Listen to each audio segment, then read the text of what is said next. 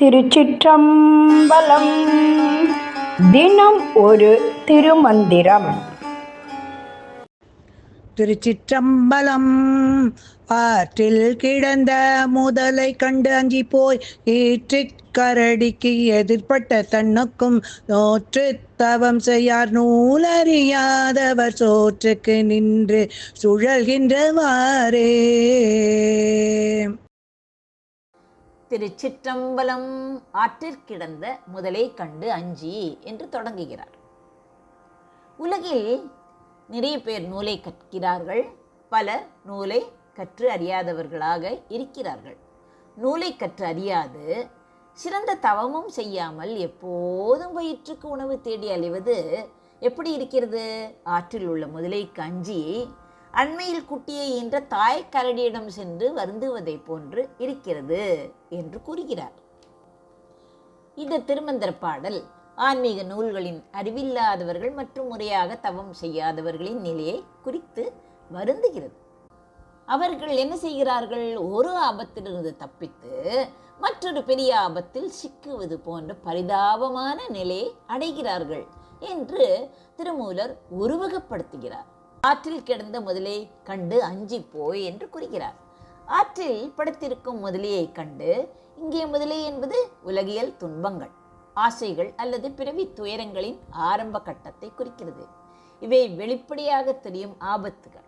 அதாவது ஆற்றில் கிடந்த முதலை கண்டு, அதை கண்டு வெளிப்படையாக என்ன, ஒரு ஆற்றில் ஒரு முதலை இருக்கிறது, அதை கண்டு அஞ்சி என்று கொள்ளலாம். அல்லது உலக துன்பங்கள், ஆசைகள், பிறவி துயரங்கள் இதை குறிக்கிறது. அஞ்சி போய், அதை கண்டு பயந்து ஓடிப்போய்.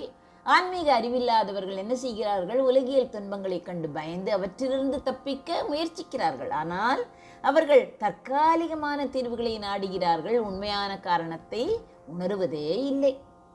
வலிமையான முதிர்ந்த கரடிக்கு இங்கே ஈற்றுக்கரடி என்பது முதலையை விட மிகவும் ஆபத்தான என்று பொருள். பெரிய துன்பங்கள் அல்லது பிறவி துயரங்களின் அடுத்த கட்டத்தை குறிக்கிறது. இது அறியாமையின் விளைவாக வரும் கடுமையான விளைவுகள் அல்லது நிலையான பிறவிச் சூழலை குறிக்கலாம். அப்படி எதிர்பட்டது போன்றது, அதாவது எதிர்பட்டதன் நோக்கம் என்று கூறுகிறார்கள் அல்லவா? அப்பொழுது இந்த முதலையை விட்டுவிட்டு கரடியின் பால் செல்வது போன்றது, எதிர்பட்டது போன்றது. முதலையை கண்டு பயந்து ஓடிவன் என்ன செய்கிறான்? அதைவிட பெரிய ஆபத்தான கரடியிடம் சிக்கிக்கொள்வது போல உலகியல் துன்பங்களுக்கு தற்காலிகமான தீர்வுகளை நாடுவோர் இறுதியில் அதைவிட பெரிய துன்பங்களில் மாட்டிக்கொள்கிறார்கள். ஆக ஆன்மீக அறிவில்லாதவர்கள் உலகியல் துன்பங்களை கண்டு பயந்து தப்பிக்க முயல்கிறார்கள். ஆனால் அவர்கள் சரியான வழியை அறியாததால் ஒரு சிறிய ஆபத்திலிருந்து தப்பித்து அதைவிட பெரிய ஆபத்தில் சிக்கிக்கொள்கிறார்கள். இது அறியாமையின் விளைவாக வரும் விபரீதத்தை உருவகப்படுத்துகிறது.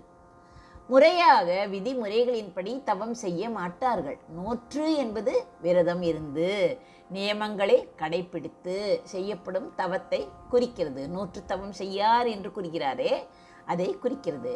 நூல் அறியாதவர் என்றால் என்ன? ஆன்மீக நூல்களின் உண்மையான பொருளை அறியாதவர்கள், சாஸ்திரங்களின் வழிகாட்டுதலை பின்பற்றாதவர்கள். ஆன்மீக நூல்களின் ஞானம் இல்லாமல் சரியான தவ முறைகளை அறிய முடியாது. சோற்றுக்கு நின்று சுழல்கின்றவாறே, அதாவது உணவுக்காகவே, உலகியல் தேவைகளுக்காகவே நின்று சுற்றி கொண்டிருப்பவர்கள். அவர்கள் தங்கள் வாழ்க்கையை வெறும் உணவுக்காகவும் உலகியல் சுகங்களுக்காகவும் அர்ப்பணிப்பார்கள். ஆன்மீக முன்னேற்றத்தை பற்றி கவலையே படமாட்டார்கள். அப்படி கவலைப்படாமல் சுழன்று கொண்டிருப்பார்கள். சுழல்கின்றவாறே என்பது நிலையற்ற அர்த்தமற்ற வாழ்க்கையை சுட்டுகிறது. ஆன்மீக நூல்களின் உண்மையான பொருளை அறிவது சரியான தவ முறைகளை மேற்கொள்வதற்கு மிகவும் அவசியம். விதிமுறைகளை முறையாக கடைபிடித்து செய்யப்படும் தவம் மட்டுமே ஆன்மீக முன்னேற்றத்திற்கு வழிவகுக்கும். ஆன்மீக அறிவு இல்லாதவர்கள் மற்றும் முறையாக தவம் செய்யாதவர்கள் உலகியல் துன்பங்களிலிருந்து தப்பிக்க முயன்று இறுதியில் அதைவிட பெரிய துன்பங்களில் சிக்கிக்கொள்கிறார்கள். வெறும் உணவுக்காகவும் உலகியல் தேவைகளுக்காகவும் வாழ்க்கையை அர்ப்பணிப்பது ஆன்மீக முன்னேற்றத்திற்கு தடையாக இருக்கும். இந்த பாடல் ஆன்மீக அறிவின் முக்கியத்துவத்தையும் முறையாக தவம் செய்வதன் அவசியத்தையும் வலியுறுத்துகிறது. உலகில் பற்றுகளிலிருந்து விடுபட்டு ஆன்மீக பாதையில் செல்லாதவர்களின் பரிதாபமான நிலையை இது நமக்கு உணர்த்துகிறது. நாம் ஞான நூல்களை படித்து சரியான வழியில் தவம் செய்து பிறவி துயரங்களிலிருந்து விடுபட வேண்டும் என்பதே திருமூலரின் கருத்தாக உள்ளது.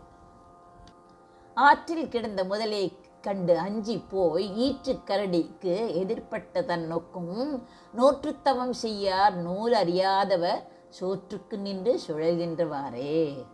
நன்றி, வணக்கம். உமா பாலசுப்ரமணியன்.